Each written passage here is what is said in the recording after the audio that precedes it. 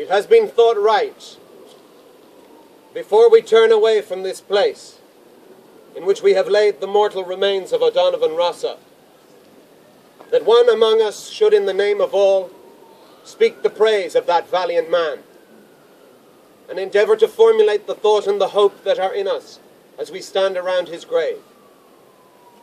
And if there is anything that makes it fitting that I, rather than another, that I, rather than one of the grey-haired men who were young with him and who shared in his labour and in his suffering, should speak here, it is perhaps that I may be taken as speaking on behalf of a new generation that has been rebaptized in the Fenian faith and that has accepted the responsibility of carrying out the Fenian program.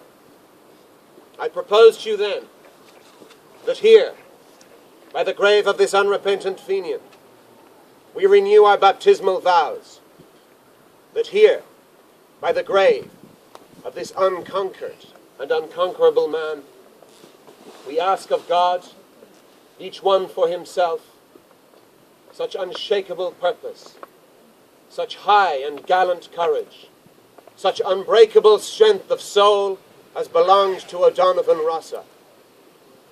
Deliberately, here, we avow ourselves, as he avowed himself in the dock, Irishmen of one allegiance only. We of the Irish Volunteers, and you others who are associated with us in today's task and duty, are bound together and must stand together henceforth in brotherly union for the achievement of the freedom of Ireland. And we know only one definition of freedom. It is Tone's definition. It is Mitchell's definition. It is Ross's definition.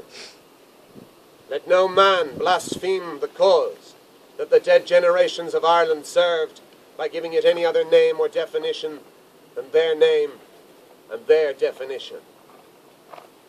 We stand at Rossa's grave not in sadness, but rather in exaltation of spirit, that it has been given to us to come thus into so close a communion with this brave and splendid Gael. Splendid and holy causes are served by men who are themselves splendid and holy. O'Donovan Rossa was splendid in the proud manhood of him, splendid in the heroic grace of him, splendid in the Gaelic strength and truth and clarity of him, and all that pride and splendour and strength were compatible with a humility and a simplicity of devotion to Ireland, to all that was olden and beautiful and Gaelic in Ireland, a holiness and a simplicity of patriotism of a Michael O'Clery or of an Owen O'Growney. The clear, true eyes of this man, almost alone in his day, visioned Ireland as we of today would surely have her.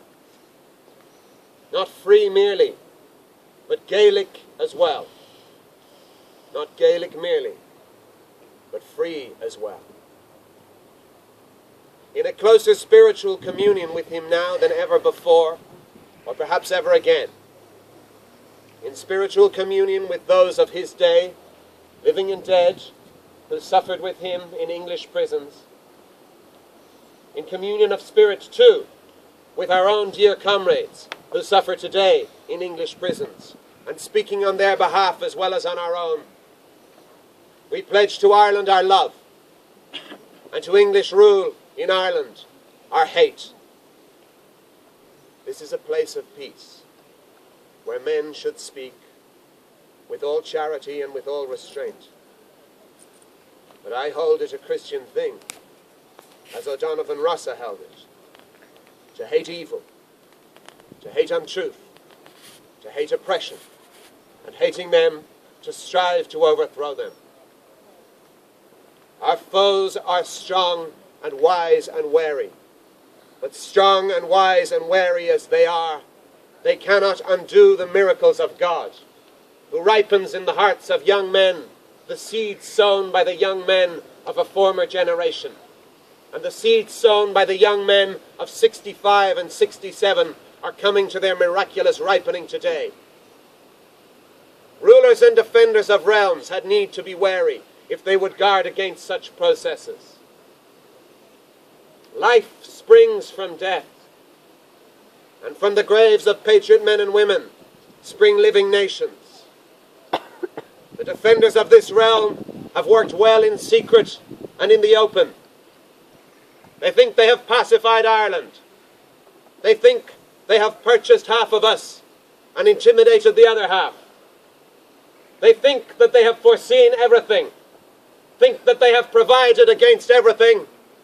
But the fools, the fools, the fools! They have left us our Fenian dead.